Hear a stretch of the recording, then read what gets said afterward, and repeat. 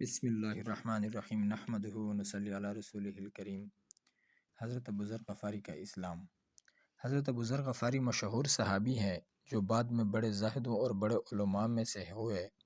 حضرت علی کرم اللہ وجہہ کا ارشاد ہے کہ ابو ذر ایسے علم کو حاصل کیے ہوئے ہیں جس سے لوگ عاجز ہیں، مگر انہوں نے اس کو محفوظ کر رکھا ہے۔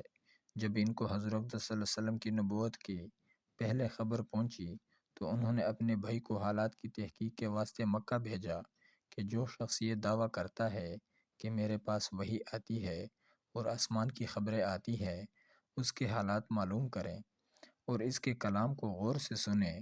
وہ مکہ مکرمہ آئے اور حالات معلوم کرنے کے بعد اپنے بھائی سے جا کر کہا، میں نے ان کو اچھی عادتوں اور عمدہ اخلاق کا حکم کرتے دیکھا اور ایک ایسا کلام سنا جو نہ شاعر ہے نہ کاہنوں کا کلام ہے۔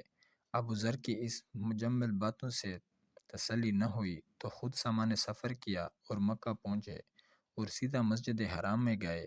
حضور صلی اللہ علیہ وسلم کو پہچانتے نہیں تھے اور کسی سے پوچھنا مسلط کے خلاف سمجھا۔ شام تک اسی حال میں رہے۔ شام کو حضرت علی کرم اللہ وجہہ نے دیکھا کہ ایک پردیسی مسافر ہے۔ مسافروں کی، غریبوں کی، پردیسیوں کی خبر گیری، ان کی ضرورتوں کا پورا کرنا ان حضرات کی گھٹی میں پڑا ہوا تھا، اس لیے ان کو اپنے گھر لے آئے، میزبانی فرمائی، لیکن اس کے پوچھنے کی کچھ ضرورت نہ سمجھی کہ کون ہو، کیوں آئے ہو۔ مسافر نے بھی کچھ ظاہر نہ کیا۔ صبح کو پھر مسجد میں گئے اور دن بھر اسی حال میں گزارا کہ خود پتہ نہ چلا اور دریافت کسی سے کیا نہیں۔ غالباً اس کی وجہ یہ ہوگی کہ حضور صلی اللہ علیہ وسلم کے ساتھ دشمنی کے قصے بہت مشہور تھے۔ آپ صلی اللہ علیہ وسلم کو اور آپ کے ملنے والوں کو ہر طرح کی تکلیفیں دی جاتی تھیں۔ ان کو خیال ہوا کہ صحیح حال معلوم نہیں ہوگا اور بدگمانی کی وجہ سے مفت کی تکلیف علیحدہ رہی۔ دوسرے دن شام کو بھی حضرت علی کرم اللہ وجہہ کو خیال ہوا کہ پردیسی مسافر ہے، بظاہر جس عرض سے آیا ہے وہ پوری نہیں ہوئی، اس لیے پھر اپنے گھر لے گئے اور رات کو کھلایا سلایا، مگر پوچھنے کی اس رات بھی نوبت نہ آئی۔ تیسری رات کو پھر یہی صورت ہوئی تو حضرت علی نے دریافت کیا کہ تم کس کام کے لیے آئے ہو؟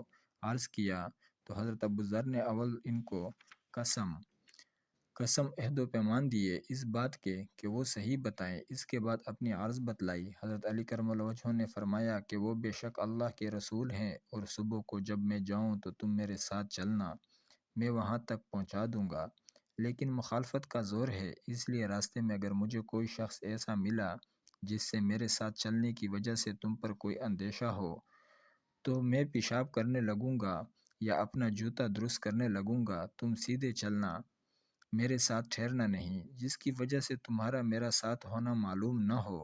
چنانچہ صبح کو حضرت علی کرم اللہ وجہہ کے پیچھے پیچھے حضور صلی اللہ علیہ وسلم کی خدمت میں پہنچے۔ وہاں جا کر بات چیت ہوئی، اس وقت مسلمان ہو گئے۔ حضور اقدس صلی اللہ علیہ وسلم نے ان کو تکلیف کے خیال سے فرمایا کہ اپنے اسلام کو ابھی ظاہر نہ کرنا، چھپکے سے اپنی قوم میں چلے جاؤ، جب ہمارا غلبہ ہو جائے اس وقت چلے آنا۔ انہوں نے عرض کیا، یا رسول اللہ، اس ذات کی قسم جس کے قبضے میں میری جان ہے، اس کلمہ توحید کو ان بے ایمانوں کے بیچ میں چلا کے پڑھوں گا۔ چنانچہ اس وقت مسجد حرام میں تشریف لے گئے اور بلند آواز سے اشہد ان لا الہ الا اللہ و اشہد ان محمد عبدہ و رسولہ پڑھا۔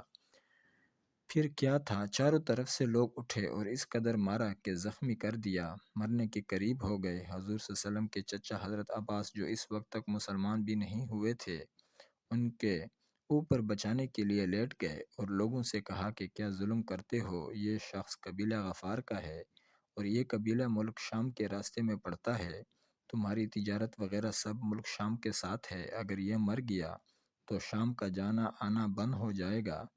اس پر ان لوگوں کو بھی خیال ہوا کہ ملک شام سے ساری ضرورتیں پوری ہوتی ہیں، وہاں کا راستہ بند ہو جانا مصیبت ہے، اس لیے ان کو چھوڑ دیا۔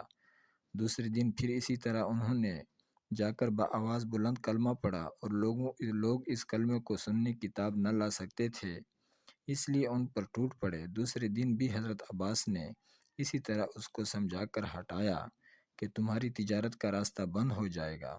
خلاصہ حضور صلی اللہ علیہ وسلم کے اس ارشاد کے باوجود کہ اپنے اسلام کو چھپاؤ، ان کا یہ فعل حق کے اظہار کا ولولہ اور غالبہ تھا کہ جب یہ دین حق ہے تو کسی کے باپ کا کیا اجارہ ہے جس سے ڈر کر چھپایا جائے، ورنہ حضور صلی اللہ علیہ وسلم حکم کے خلاف صحابہ کی یہ مجال ہی نہ تھی۔ چنانچہ اس کا چونکہ حضور صلی اللہ علیہ وسلم خود ہی دین کے پھیلانے میں ہر قسم کی تکلیفیں برداشت فرما رہے تھے، اس لیے حضرت ابو ذر نے سہولت پر عمل کے بجائے حضور صلی اللہ علیہ وسلم کے اتباع کو ترجیح دی۔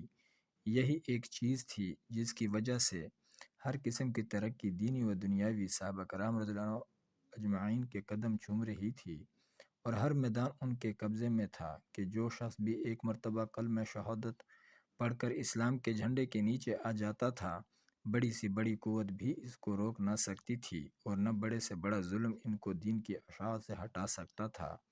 اللہ تعالی ہم سب کو